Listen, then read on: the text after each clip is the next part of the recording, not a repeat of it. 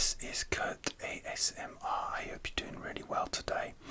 So in today's video, I am doing something a bit different today. I just wanted to sort of check in and chat about my autism. So here's an update. I'm still autistic.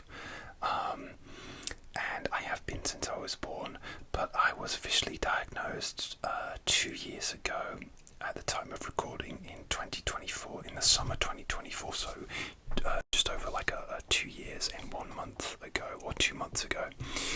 And yeah, I just wanted to check in because I think that it's a huge part of my life, and it's obviously been spoken about a lot lately, and I'm still wrestling with it, and I probably still will be for the rest of my life.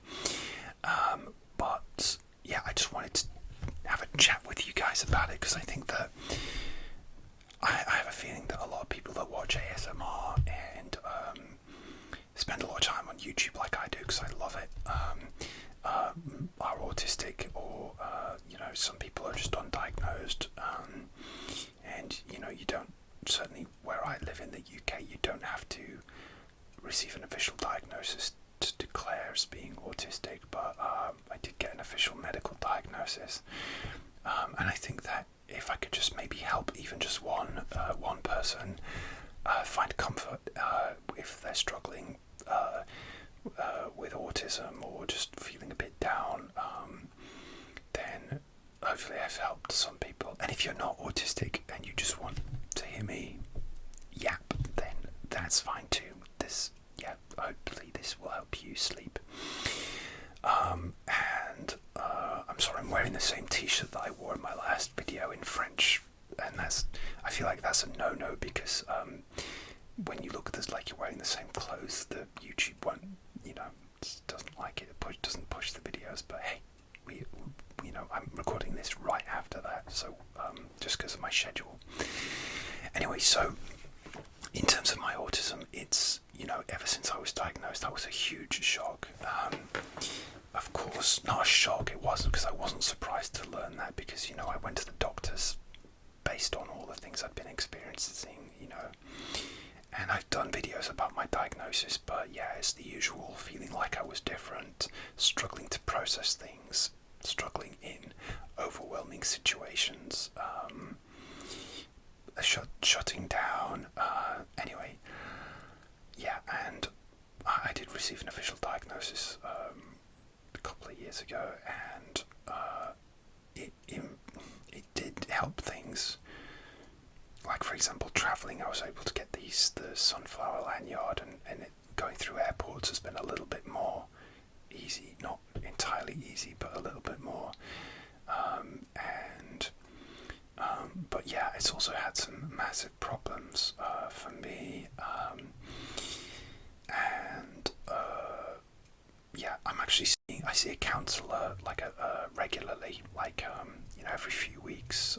It was every week, I think, but I just cut it every couple of weeks, and then I just scaled it back as I sort of started to feel better, and to be honest, wanted to save money as well.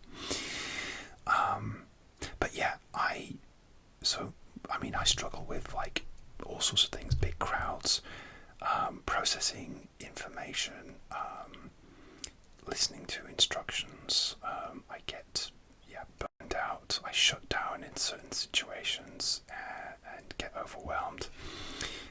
And I have intense hobbies and interests. If you look at my YouTube videos, you'll see I have big obsession with perfume. But I also love movies, and ASMR as well. So I have those intense interests. In terms of like things I've really been struggling with, like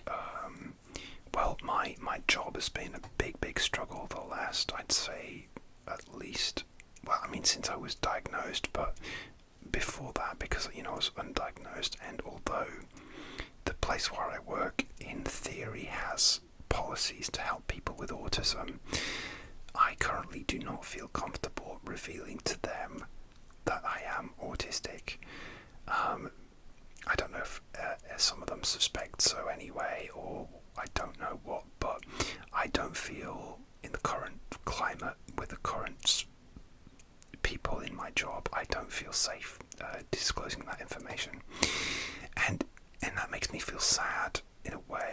my counsellor has said maybe you should look at telling people. However, I feel like it comes down to like certain individuals, whether I work close to certain individuals higher up the food chain than me, whether I feel comfortable telling them, and the answer is no. So despite what the organisation says on paper and what the law says in terms of recognising a disability, I don't feel comfortable revealing that at all. So, yeah. Now, in a way, that makes me very frustrated and very... it does make me feel very frustrated. However, for me, and this is just me, and I'm not saying you should absolutely feel safe to reveal your disabilities, whether it's an unseen disability or, absolutely, and it's written into the law. It should be under employment law. You do have a protected status as a disabled person, as a neurodivergent person. I feel that I need to protect personal things, personal space, and in a way my autism is something that I don't know about celebrate, but something that I embrace, something that makes me different in a good way, and I don't want certain people's energies interacting with things that I find special. So and yeah, that's just a me thing. I'm very protective of my energy. Yeah, I do a lot to sort of protect my energy. For example, I wear different clothes at work. I don't really have to, it's kind of casual, but I wear different clothes at work to at home. I shower, I work out after work and shower, and that sort of clears my energy from work to personal life. I need to have those borders in place. I don't wear my nicest things, my nicest clothes, my nicest fragrances, for example, for work, I just have lots of borders and boundaries in place to make that separation, and yeah, I've really struggled with that, and whether you think I should disclose that or not, that's fine, but I just feel I'd sooner just sort of leave than actually declare something very personal to me to people I don't feel understand. So yeah. Anyway, it's been a real struggle, and in fact, when I went away for my 1-year wedding anniversary a few months ago in spring, and work was just getting very intense and toxic. Yes, yeah, it was toxic, yeah, stressful. And I feel like because they knew I was going on vacation, certain people there became very stressed in terms of piling a load of stuff on, before I went away to get it done. But that left a sort of cloud over my trip, really. And as an autistic person, when something goes wrong, as I'm sure lots of you well know, it stays with you, and that really kind of overshadowed my trip, and that trip was probably overwhelming anyway for other reasons. For example, like we went somewhere I'd never been before. We went to Italy.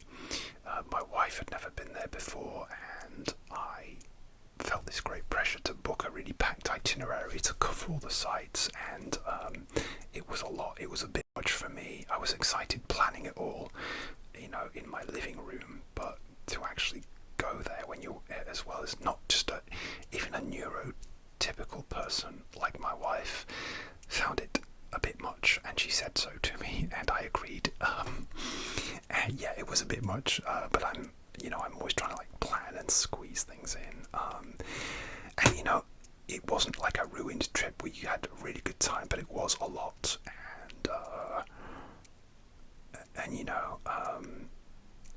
say it was a big, overwhelming trip with some really good moments, some wonderful moments, like wonderful sights that we saw, and I found peace in, just some weird. I'm a bit strange like this. Maybe it's my autism, maybe it's me, but I find peace and memorable moments in just going to more trivial places, not just we went to the Colosseum, we went to Pompeii, we did that, and it was amazing, but the moments that I remember are just having a really nice little lunch break in a train station cafe and just having a little cheesecake, which was probably, it might have been mass produced in a cheesecake factory, not the American one, but just little moments like that. I don't know, maybe because they were sort of, there's no pressure on them, they were just sort of moments of calm, of pause, I don't know. But yeah, so it was still a good trip, but yeah, it was a lot. So anyway, things have been overwhelming me, and I think that this year and next year are going to be about declaring my truth and maybe finding a new place of work where I do feel comfortable declaring my disability, because in the current environment I don't think it's a really appropriate place. So yeah, anyway, and I just have struggled every day with life things, like for example I'm in the middle of buying a house, and that's a long process, that's a daunting process, saving money, deciding where I'm gonna live, that can be really scary and overwhelming, but I'm just trying to do little things, one at a time. Last week I had a day off and I went to the mortgage advisor. It was quite a busy day. I had to go to the dentist, and the dentist was a bad experience. I'll tell you about that actually, because I had a day off and it was a packed day. It was a mixed day. I was also, because it was a day off, I decided to have a cinema day as well, so I actually went to see the Odyssey, and the Odyssey was nearly sold out that the only screening I could get was in the morning. So I went to see this very early morning, 8 o'clock in the morning, at the cinema, which I've never done before, but it was great. So after that, I went to the mortgage advisor, just to the building society, and they saw I was autistic, and they put me in their office and they let me phone a mortgage advisor, and they gave me amazing advice. And there were things that I got a bit stuck on, where my special circumstances, because I'm married, that puts a different spin on things.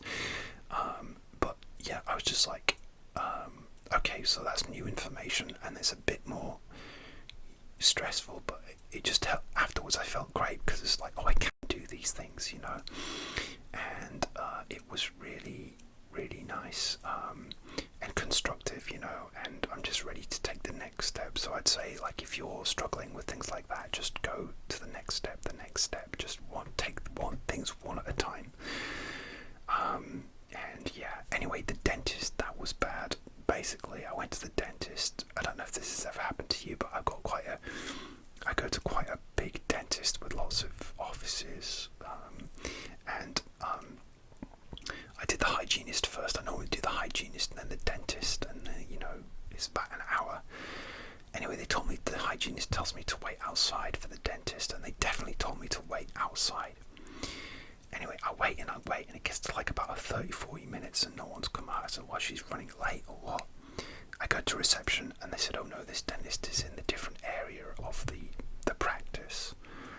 So I went to stand around in this area of the practice where my dentist was supposed to be, which was full, so there was nowhere to sit. The receptionist comes up to me and says, oh no, you can still wait in the other area and she'll come and get you. So I went back to my original area and I waited, and it got to an hour and nothing, and I had to go. I had things to do, so I actually went up there and said, look, can I just cancel cancel this because I can't wait anymore.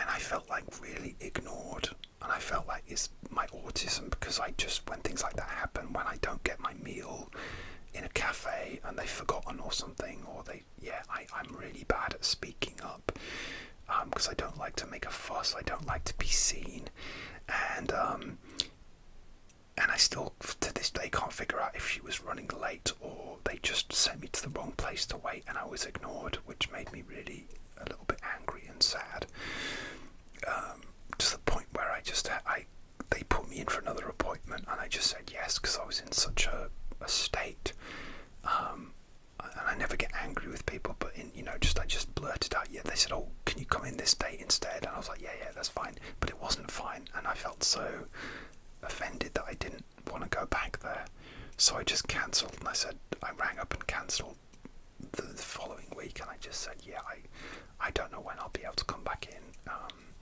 and I just wanted to sort of not deal with them maybe until the next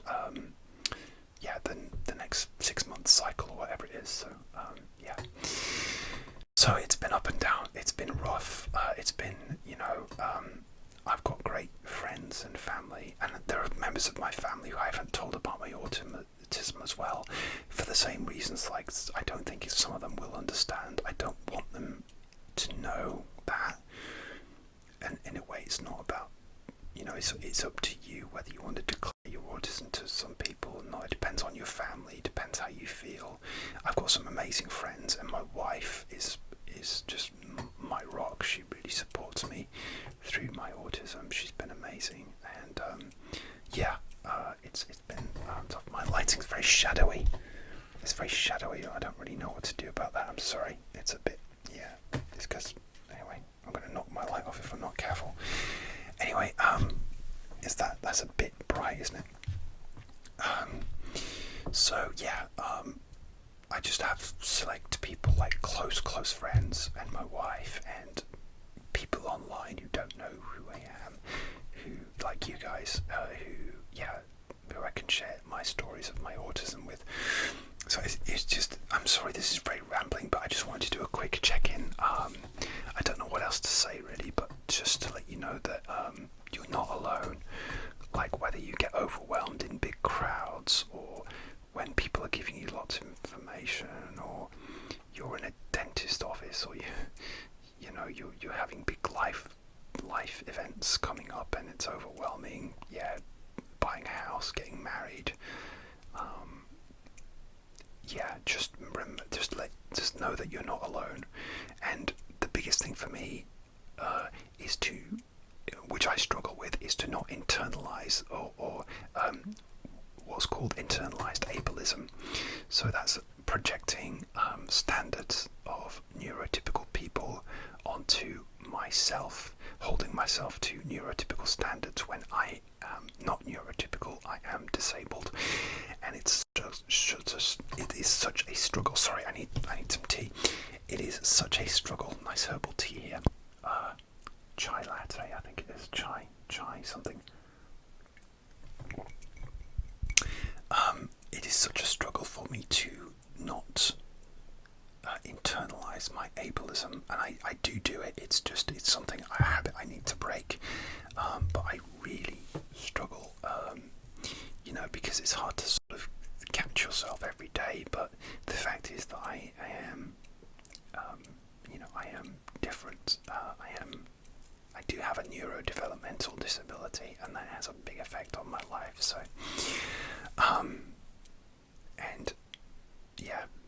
maybe I would advise you to look at those places where you might be internalizing your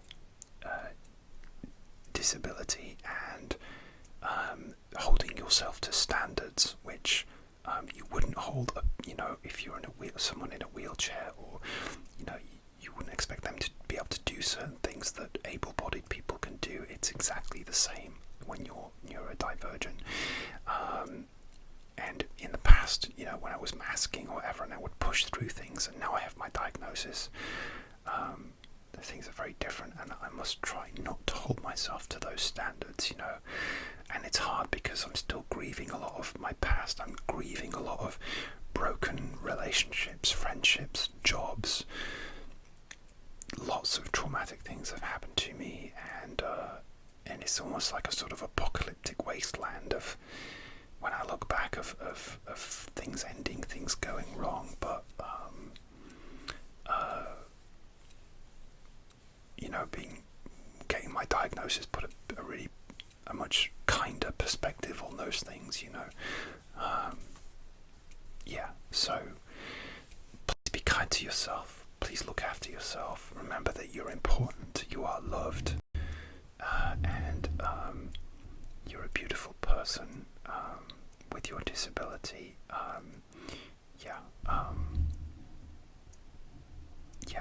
It's a unique place to be in, and you know, more and more people are being diagnosed, and this is the other thing. It's a lot of people are saying it's become trendy to be diagnosed, and everyone's getting diagnosed. Well, that's because we have more awareness now, you know. You know, it's funny, you know, people don't complain about how more and more people are you know, immunized against TB, you know.